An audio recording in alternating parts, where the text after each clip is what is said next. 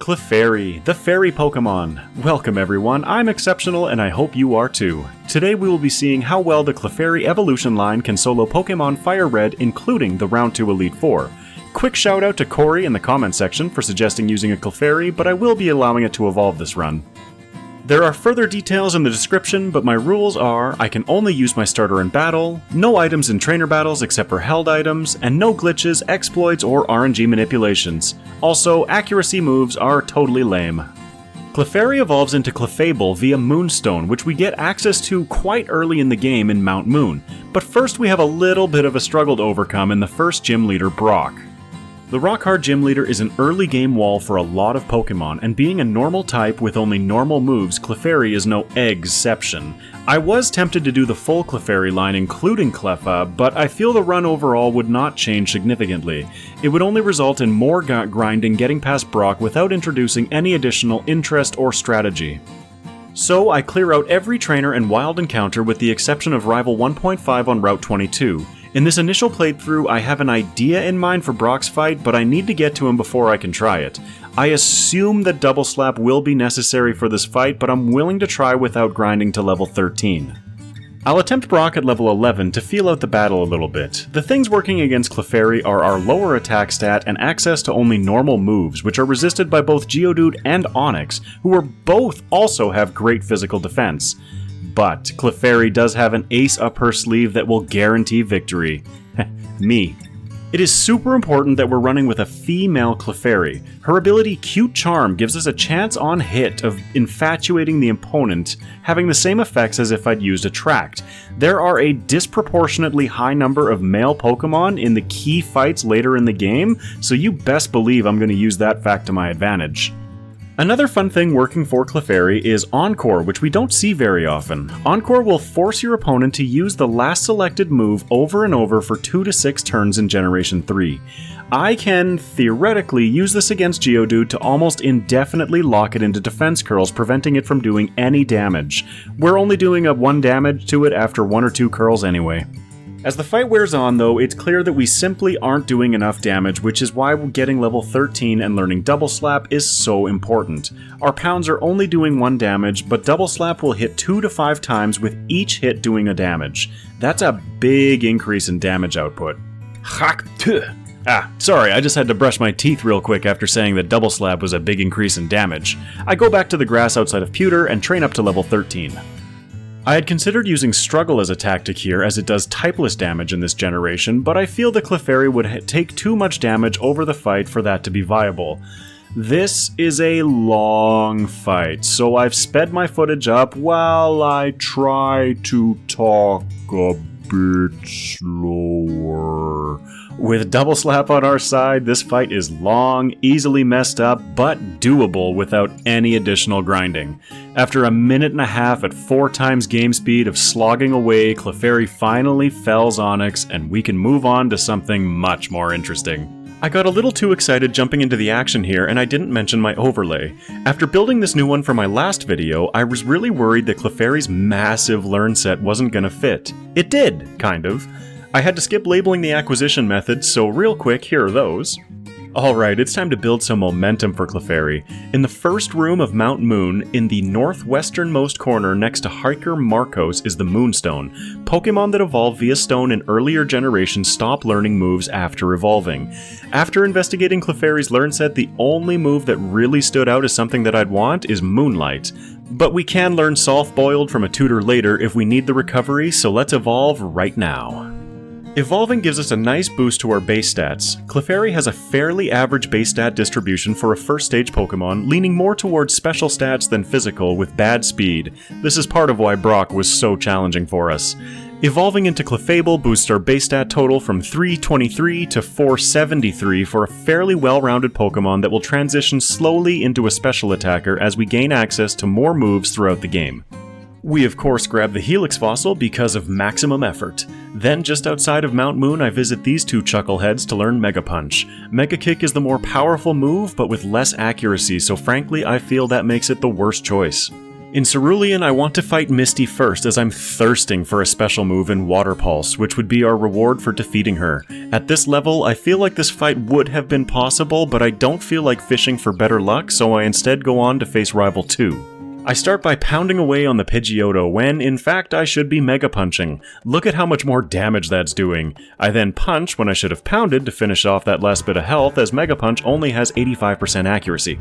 Pidgeotto did manage to get 2 sand attacks against us, which is really showing versus the Rattata. It takes a second, but we eventually hit it twice, taking it down. Squirtle comes out, and this is why I selected it as our rival's ace. It's more defensive and in the early game a bigger pain in the butt as it sets up withdraws.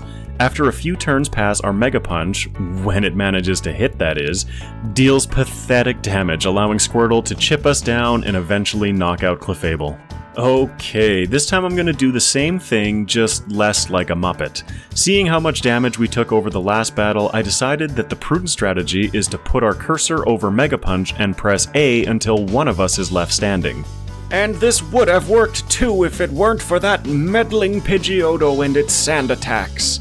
After a staggering amount of misses, Squirtle once again manages to chip away our health to 0. Okay, clearly I'm just playing poorly here. I just found it funny that for whatever reason I couldn't figure out that our musically inclined Clefable can sing. The dulcet tones of Treble Clef's tune put Pidgeotto to sleep, and with our accuracy intact, this fight is no worries at all. On the next route, I make sure to pull down Camper Flint to obtain TM43's Secret Power. This 70 base power normal move with stab or same type attack bonus has an effective power of 105, plus it has 100% accuracy. Sorry Mega Punch, you did what we needed you to. Back at Misty and now equipped with Secret Power and additional levels, there is no contest. I do still have my Berry equipped from the last attempt, but that isn't necessary here. For those of you who are wondering where I always get my Berry for Misty, it's in the middle of this cluster of rocks next to the Poké Center just before Mount Moon. With Misty defeated, Treppleclef is gathering no moss as she rolls through Rival 3 on the SS Anne, bringing us to Lieutenant Surge. Surge isn't very scary, but it is a fight that can go wrong easily if we end up paralyzed. I'm using Water Pulse here, even though Secret Power would be doing more damage, to avoid using a Contact move, which would give all 3 of his Pokémon a 30% chance to paralyze us every time we hit. Raichu instead gets us with a Thunder Wave, and combined with his double teams, Clefable can't quite get the job done and falls. This is an easy fix, so I equip a Cherry Berry and heal up, which I didn't do last time. Okay, I'll show Surge a little bit of respect here. With the Cherry Berry equipped, I decided it's better to use Secret Power, and one hit takes Raichu into Deep Red. Yeah, that's a much better move choice. We take down Surge, acquiring our 3rd badge and a nifty 10% boost to our speed. We proceed through Rock Tunnel and complete the Rocket Hideout. My goal here is to get into Sylph ASAP as I want some vitamins without having to spend money. Clefable gets access to 2 of my top 3 moves as a kid in Gen 3, Psychic and Ice Beam. Take a guess in the comments as to which move you think holds the number 3 spot. Today we get the added bonus of grabbing TM29 Psychic from Mr. Psychic in the house a few doors east from the Poké Center. My normal route after the hideout dips into Saffron because moving through here gives us 2 perks. I can now fly here at will, and I will always visit the mart to get early access to max repels before entering Pokemon Tower. Now at Rival 4 you can see our updated moveset to this point in the game. I added TM34 Shockwave that we got for defeating Surge, combined with Water Pulse from Misty and now Psychic from Mr. Psychic, gives Clefable a pretty diverse moveset. Despite this, Exeggcute resists all of our current moves and Kadabra we only hit for neutral damage. Watching Exeggute's Leech Seed slowly whittle us down was concerning, but once we get Ice Beam, that will not be an issue anymore. I cleared out all of the trainers in Pokemon Tower for the special attack EVs, and now over in Sylph I do my typical item collection, focusing on high value items, TMs, and vitamins. Any vitamins that I don't intend to use, such as the HP ups or proteins, I will sell for 4,900 Pokédollars a piece, bringing us ever closer to Ice Beam. I would love to be able to take out Rival 5 while we're here, as this will grant us our Lapras and access to Sabrina's gym, which I really want. So let's give it a shot. We have a super effective move against both Pidgeot and Growlithe, so all I'm hoping for here is to not get hit by a sand attack. Thankfully we don't, which leads us into Exeggcute. It has the potential to be exceedingly annoying, so I put it to sleep right away. Well, that solves that problem. Alakazam comes out setting up Calm Minds, which is quite concerning for us as we attack exclusively with special moves. I'm going for Water Pulse against it in the hopes of getting the confusion. Since we aren't doing much damage against it, we might as well enlist its help. Its only attacking move though is Future Sight, so it goes down only predicting an attack for later. Blastoise is out and we aren't doing very much damage to it. Fortunately, with a boss level moveset of Protect, Rapid Spin, Bite, and Water Gun. What? Anyway, it can't do much to Clefable. Alakazam's Future Sight hits, but that's the most damage we take as Blastoise eventually falls. Giovanni is barely worth this sentence as we head into Saffron Gym clearing every trainer for the special attack and defense EVs. Our folly of not keeping Clefable as a mixed attacker for longer becomes clear as Sabrina's Pokemon all have decent special defense. We end up getting out-damaged here and fall to our ace Alakazam. I quickly run over to the gatehouse south of Lavender and grab TM27 Return. I teach it over Shockwave, and now the Sabrina fight is a total joke. Treble Clef returns to her mid-game dominance while I become aware of time saves for playthrough 2. We make a quick stop in Celadon buying TM13 Ice Beam and heading into Erica's gym. I honestly could have come here sooner and dominated with Psychic alone, but for whatever reason I was dead set on having Ice Beam first. Erica is a swift succession of one-shots. Next, we come to Fuchsia City, and before I pop into the Safari Zone, I make sure to visit the tutor in front of the Kangaskhan pen to learn Substitute. Defeating Sabrina gave us TM4 Calm Mind, and being able to set up with darn near impunity behind a sub sounds amazing for the late game. The Koga fight is laughable at this point, as we're fairly overleveled and have access to Psychic, which is super effective against his whole team. To my surprise, the Muck survives in low red bar while it sets up Double Team. That's about as interesting as this battle gets though, so we collect our 6th badge and it's time for Cinnabar. I do clear the trainers in Blaine's gym with the intent of skipping everyone but the mandatory ones in Giovanni's gym. I have not been doing any additional grinding. I set up a sub turn 1 against Growlithe for safety, but then Rapidash breaks our sub and Arcanine proves to be a little too formidable for us in this battle. In the next attempt, I decide not to fuss around with silly little things like safety and go all offense. Growlithe and Ponyta are both one-shots and Rapidash shows me that it wouldn't have broken our sub with Fire Blast. Arcanine is out and we almost get the 2-shot, allowing him to heal. I add in some chip damage with Ice Beam, then continue our pressure with Psychic, which overwhelms the Fire Doggo. Giovanni falls. Rival 6 is the trial run of what I think is going to be our final moveset. Now with Psychic, Ice Beam, Calm Mind, and Substitute, I set up to +2 with Pidgeot managing only to break our sub. Rhyhorn, Growlithe, and that pesky Exeggcute are all easy one-shots. Alakazam comes out with the big brain plays, outspeeding and disabling our Ice Beam. Rude. Treble responds with a crit Psychic, taking it out in one shot. Acceptable. Blastoise is tanky and we're set up to only +2, so it will take 2 shots to knock this thing down. But all it does in the meantime is set up Rains, so we carry on after an easy pre-league battle. Our league challenge starts with Lorelei. In my first attempt with Clefable, I start by feeling out how much Psychic is doing by itself against Dewgong. Maybe a quarter? I set up to +3, and a big advantage to Calm Mind is that I'm also increasing our special defense, making Dewgong do less damage as we continue to set up. I then take out its remaining hit points with another Psychic. Cloyster usually stalls turn 1, so I might as well set up a sub here. I take it out, bringing us into Slowbro. It resists both of our attacking moves, so I expect to be here for a second. Unless we crit! Lapras is out and no surprise tanks a Psychic. It fires back with Body Slam, which actually doesn't even break our sub. It goes down to the next Psychic. Jinx also resists both of our moves, but after a special defense drop from our second Psychic becomes an easy 2-shot while Lorelei continues spamming healing items. Bruno could be scary as he does have a type advantage against us, but then again he is Bruno. I set up a sub against the first Onix, predicting Rock Tombs galore from it. I am correct, allowing me to set up more Calm Minds for guaranteed one-shots on his remaining Pokemon. How could he lose, he asks as I roll my eyes. The Clef line becomes the Fairy type in later generations, but that doesn't exist yet, so we're the Normal type. Being Normal type plus Substrats equals Agatha's first Gengar can't hit us. Ever. This allows Clefable to set up with total impunity.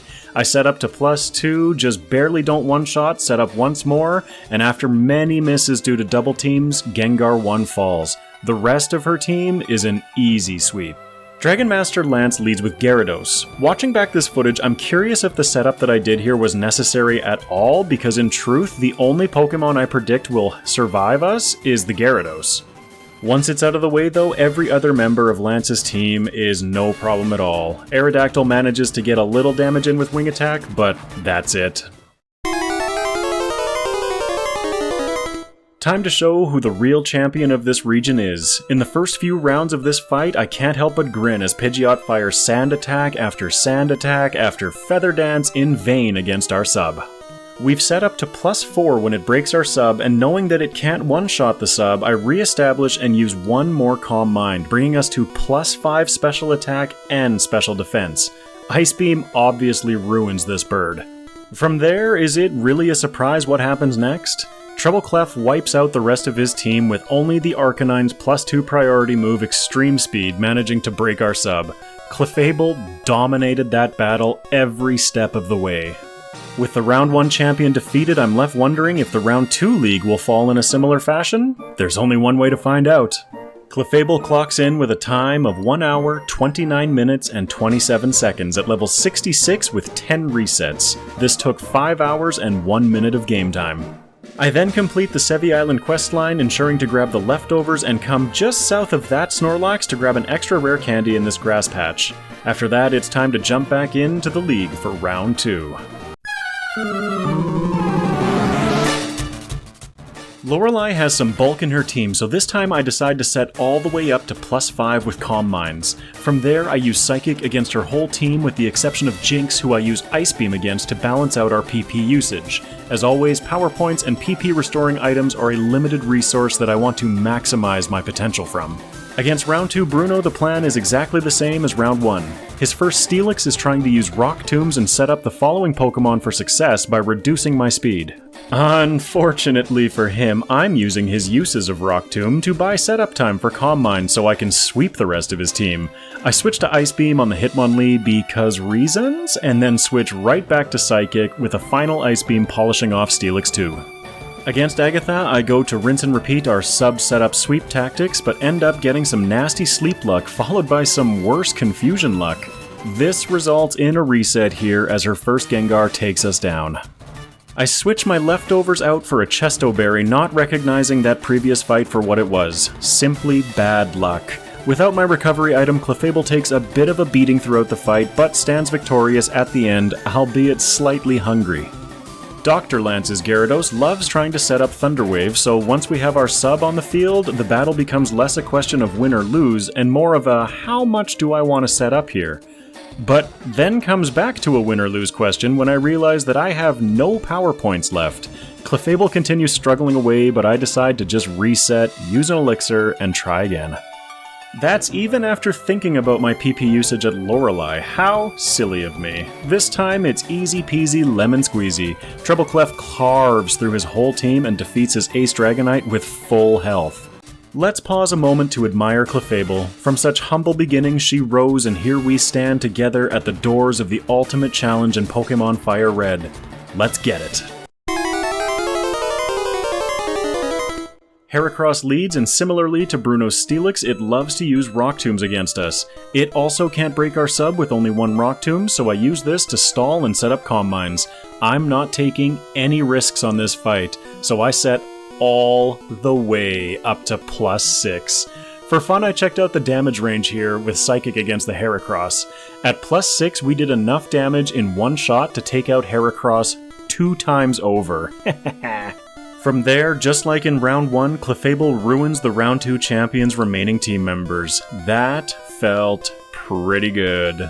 Professor Oak loves it as we make our way to the Hallest of Fames to record Clefable's accomplishments. Clefable clocks in with a Round 2 time of 1 hour, 54 minutes, and 37 seconds at level 77 with a total of 12 resets, 2 of which were from Round 2. This took 6 hours and 28 minutes of game time. But I have a confession to make. Let's jump ahead to after the credits have rolled and take a look at my bag. Yep, that's 14 rare candies. 12 from the ground and 2 from my Meowth, and I didn't use a single one. Oh yeah, it's time for the second playthrough, and let's see just how much butt Clefable can kick.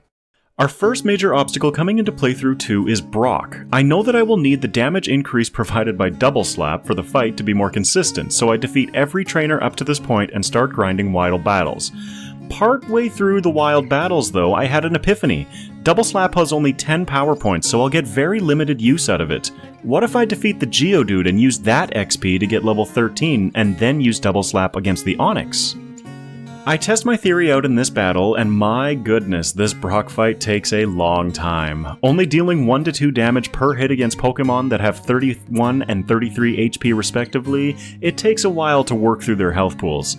In this fight, it's looking like the strategy is working as well as it can, but I made some mistakes against Geodude, resulting in coming into the Onix at low health. We reset, but I think we've got this. In this fight, I use Sing turn 1 to buy some potential time, as using Encore to lock it into defense curls wouldn't work as we're faster. I keep pounding away waiting for it to curl, but it just keeps being immobilized by love.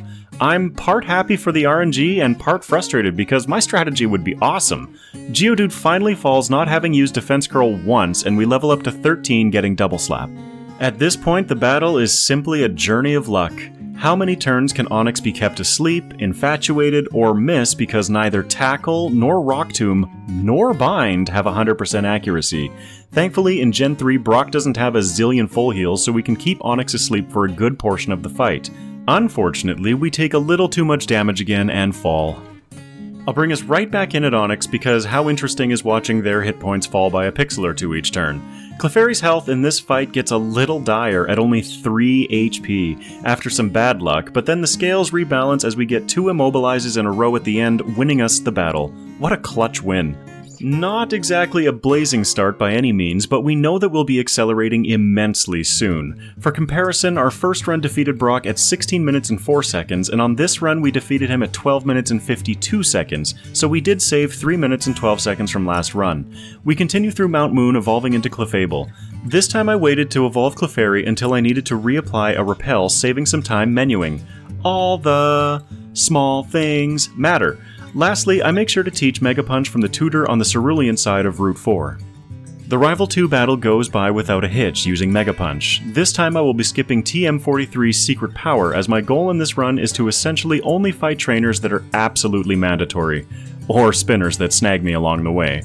We defeat Misty and Rival 3 on the SSN without a hitch and come into Surge. This time I'm not taking any chances, so I heal up and equip a Cherry Berry before going into the fight. Voltorb falls to a single hit, and then Pikachu decides it's going to be a pain today, using Thunder Wave, consuming our berry, then another Thunder Wave, so we're now paralyzed, and begins setting up double teams as Clefable misses Mega Punch after Mega Punch.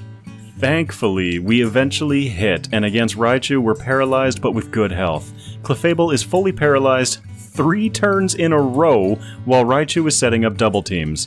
Oh boy. It takes a minute, but after an unreal number of fully paralyzed turns and misses, Raichu takes us down. Shucks. In the next fight, we get to Raichu in much better shape, and I try using Sing before Raichu's evasiveness goes through the roof. After 1 miss, I switch immediately to Mega Punch, missing 2 more times. I hate evasion moves. We finally connect, and hot dog, that did a lot of damage. Once more, please?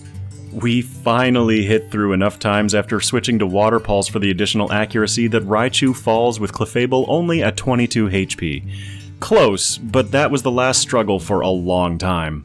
We defeated Surge at 28 minutes and 8 seconds compared to last run at 35:38. We're now 7 minutes and 30 seconds ahead of last run, but the real time saves will be here in the mid-game.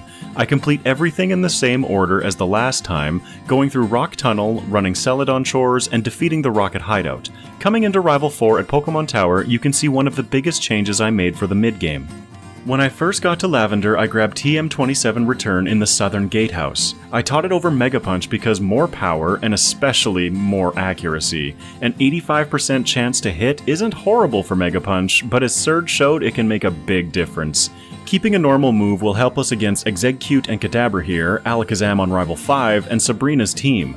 We once again are pressing against the threshold of Clefable's ability to defeat these opponents, but we're still winning. This is exactly where I want her to be.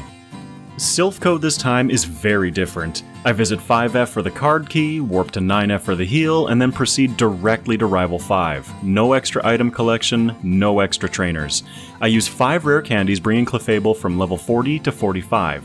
I haven't changed the order in which I'm doing things at all from playthrough 1, but I'm using Return instead of Shockwave and reducing the number of trainers I face and items I collect significantly. Using Return is also why I kept Clefable's nature as Bashful, a neutral nature, as we stay a mixed attacker for so long. Rival 5 can be a scary fight and has the potential to knock us out, but I'm confident that we can defeat him. Pidgeot falls without issue, aka Sand Attack, and Growlithe falls to a single Water Pulse. Exeggcute uses Stun Spore here, which could have caused problems had it connected. I had predicted Sleep Powder, so I do have a Chesto Berry equipped, but it missed, so phew. Because of Growlithe's Intimidate, we're at -1 attack, so when Alakazam uses Reflect, we're doing significantly less damage. But it's still around half. Yeah, using Return? Good call. Blastoise stalls us forever, but eventually falls with Clefable still in a comfortable range of health.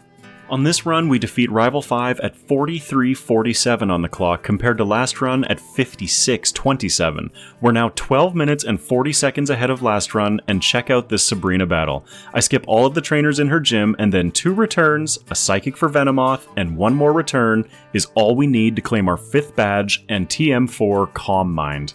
Since the Mart is awkwardly placed relative to the game corner in Celadon, I quickly duck south before leaving Saffron to sell everything that we don't need in hopes of getting my 80k for Ice Beam. At the end of our selling, we're only at about 51k, but there's still plenty to do before Ice Beam becomes necessary. I'm skipping Erica again for now because I don't want to revisit Celadon before I'm ready to buy Ice Beam. Gotta love all the small little optimizations. I clear the Safari Zone, and on Cycling Road I take only the easternmost path for the rare candy. In Koga's gym, I defeat only who I have to. Return is a great asset here again because of the number of Drowsies, Hypnos, and Kadabras. Koga, of course, falls without issue. I'm now out of options, so I come back to Erica's gym. Along the way, I grab the coin case and defeat only the trainers on her right side. Well, her left, my right. Anyway, between them, they have 4 Pokemon in total, which give a total of 6 special attack EVs. I find that preferable to the attack EVs on the Bellsprouts across the way. I had put off Erica again, so we're extremely over-leveled, and even without Ice Beam, all of her Pokemon fall to a single Psychic. This time I also don't defeat any trainers in Blaine's gym using the Pokequiz mechanic instead. Looking at that timer at this point, I'm starting to wonder if Clefable could finish the gym challenge in under an hour? Outstanding. The Blaine battle itself poses no threat to Clefable this time. I put a sub up just in case, and with Rapidash missing its Fire Blast, I don't think Arcanine could take us out even with incredible luck. I defeat only the 2 mandatory trainers in Giovanni's gym, teach Clefable Calm Mind, and after setting up 2, sweep his entire team. Clefable is now done with the gym challenge in under 1 hour at 58 minutes and 14 seconds compared to the 1 hour and 18 minutes of last run, for an improvement of 20 minutes and 38 seconds so far. Now, after defeating Giovanni, we have 81,480 Pokédollars, which is just enough cash to get Ice Beam. So I head back to Celadon and grab it before heading to the League. I'm not pulling a Tauros again here, where I have to come back here halfway through. I'm defeating Rival 6 in the corner there because honestly, grabbing Ice Beam was way more exciting. Jumping straight into the Round 1 League, we're at a slightly lower level than last time. We were level 61 at Lorelei with a bag full of rare candies, and despite our lower level at 58 this time, Clefable manages to set up and crush the Ice-type elite. Bruno then kindly provides us with some XP. Clefable is part of the fast leveling group, so compared to other Pokemon at this point in the game, she's getting a lot more benefit from an equivalent amount of experience. Agatha is Easy Street, as in round 1 we can set up almost entirely for free against her first Gengar. After that, it's a series of one-shots taking us to our next battle, Lance. Now, in my opinion, this Lance fight is awesome. After some rough setup against the Gyarados, we find ourselves at +2 without a sub on the field and only at 66 HP coming into Aerodactyl. Aerodactyl outspeeds, unleashing a terrifying Hyper Beam, but Clefable holds on with 1 hit point.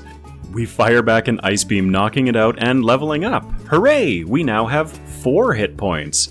Good thing for us that we outspeed and one-shot each of Lance's remaining Dragonite and 2 Dragonairs. Clefable. Wow. I heal up, use an elixir, and here we are at the round 1 champion. Because we're at a slightly lower level than before, the Pidgeot outspeeds us, landing a Sand Attack before we establish a sub. Ugh, fine. I managed to set up to +4, but with Pidgeot outspeeding us, it's far more dangerous to set up here, so I get my sub back and knock it out the following turn. Alakazam and Exeggutor both fall in a single shot, but when Rhydon comes out, we miss our Ice Beam, allowing it to hit an Earthquake, breaking our sub. Sand Attack, you are the bane of my existence some days, you know? We hit our next Ice Beam, taking it down, but I'm feeling really exposed and that we've lost a lot of control. Arcanine comes out and we miss again with Psychic after it hits an extreme speed, bringing us into red bar. It hits another, bringing us all the way down to 6 HP while our Psychic connects and doesn't knock it out. We miss one more time as Arcanine takes us down. Sand Attack is pure evil. This time Pidgeot attacks turn 1 and also becomes infatuated because of Cute Charm. This allows us to set up almost entirely for free all the way up to +5 special attack and special defense. I did one more after seeing the range on Arcanine last fight. Alakazam, Exeggutor, and Rhydon all fall with our accuracy intact this time. Arcanine comes out and this time only breaks our sub with extreme speed as we one-shot it with Psychic. Much better. Blastoise is out and we take it out with a single Psychic. I'm not sure if the crit mattered here, but I'm going to guess that it did because Blastoise is so bulky. Either way, we had this one in the bag. We walk along with the professor, but I am itching to jump into round 2. Usually I play the first run, edit, and take some time to contemplate my strategy and then do a second run. This time though, I was way too pumped up to stop playing. Clefable clocks in with a round 1 time of 1 hour, 10 minutes, and 41 seconds at level 65 with only 6 resets, most of which were from the early game. This took 4 hours and 5 minutes of game time. And welcome back to the Elite Four, Round 2. It's almost like we never left. Against Lorelei, I'm taking no chances, setting all the way up to +6 before knocking out Dugong. The rest of her team falls in a single shot except the Lapras. Twice! Then on the final hit, we get the higher damage range and it goes down. Against Bruno, it's the same strategy as before. I discovered that this setup is actually even easier because it gets a critical Rock Tomb turn 1, which doesn't break our sub, meaning that our sub can take 3 hits. That is outstanding. Good things come in 3s, so I set up to +3 with Calm Mind and sweep his team. Against Agatha, I misclick turn 1 and use Psychic, which by itself almost knocks out the Gengar. But I want to get some setup and some safety here, so I get my sub up and I set up to +4 before knocking it down. Excessive? Probably. Fun? Heck yeah. Clefable sweeps through the rest of her team with only her Crowbot outspeeding and breaking our sub, allowing the Ace Gengar to tickle us with Sludge Bomb. Dommage, Agatha. Dragon Doctoral Lance gets stuck in a Thunderwave loop as he refuses to learn from his mistakes. This allows us to set all the way up to +6 because I don't feel like tangoing with his Kingdra today. With Gyarados out of the way, the rest of his team is, unsurprisingly, an easy sweep. Okay, deep breath. I use the relevant recovery items, making sure that Clefable is set up for success in this next fight. We're at 1 hour and 30 minutes on the clock, and for context, our last playthrough had just finished the Round 1 Elite Four at this point. Come on, Clefable, show me what you got. Against Heracross, I use our setup tactics, taking Clefable all the way up to +6 special attack and special defense. Our sub is standing strong, we're set up, and we're in green health. Grab your brooms, everyone, it's time for a sweep. Heracross falls with Alakazam coming out. It outspeeds and goes for a Calm Mind of its own, allowing it to survive our Ice Beam with barely a sliver. We get a better range on the next turn after the rival heals up and it goes down. How rude. From there, Exeggutor, Tyranitar, Arcanine, and finally Blastoise all fall in one shot. Clefable has defeated the Round 2 champion with ease. Clefable is a monster. She has so many things working in her favor. Let's see how much time we saved from last run. Clefable clocks in with a round 2 time of 1 hour, 31 minutes, and 59 seconds at level 76 with still only 6 resets. We didn't reset at all after the round 1 champ. This took 5 hours and 26 minutes of game time. So let's see our improvements in the 2 leagues. In round 1, we defeated the league 18 minutes and 46 seconds earlier, with 4 less resets and 1 level lower. It took 56 minutes less of game time, but our overall time saves show in the round 2 results. We lost a little bit of time between Giovanni and the round 1 champion because we had to backtrack to Celadon for Ice Beam. But then we defeated the round 2 champion 22 minutes and 38 seconds faster with a total of 6 resets, which is 6 less than last run. Clefairy also did this 1 level lower and took an hour and 2 minutes less game time. Incredible. This is by far my fastest time to date, and now that I have 3 round 2 finishes under my belt, I think it's time to establish a preliminary tier list. Clefairy takes the top spot by a margin, and until I get more data points, I'm putting each Pokemon in their own tier for now. Tauros finished faster and more reliably than Lantern, so for now it claims the number 2 spot. Sorry Lantern, the Kanto games are not friendly to electric types. If you've made it this far in the video, thank you so much. As I continue playing with different ideas in these videos, I'd love to hear your feedback on how I'm doing. I've been experimenting with background music and the idea of picture-in-picture. I like it because I can add in small details without things feeling drawn out or incongruous. As fun as it is asking for things to appease the YouTube algorithm, I'd rather spend my efforts on my YouTube audience. If you feel I've earned it, let me know by liking and subscribing if you'd like to see more of my content.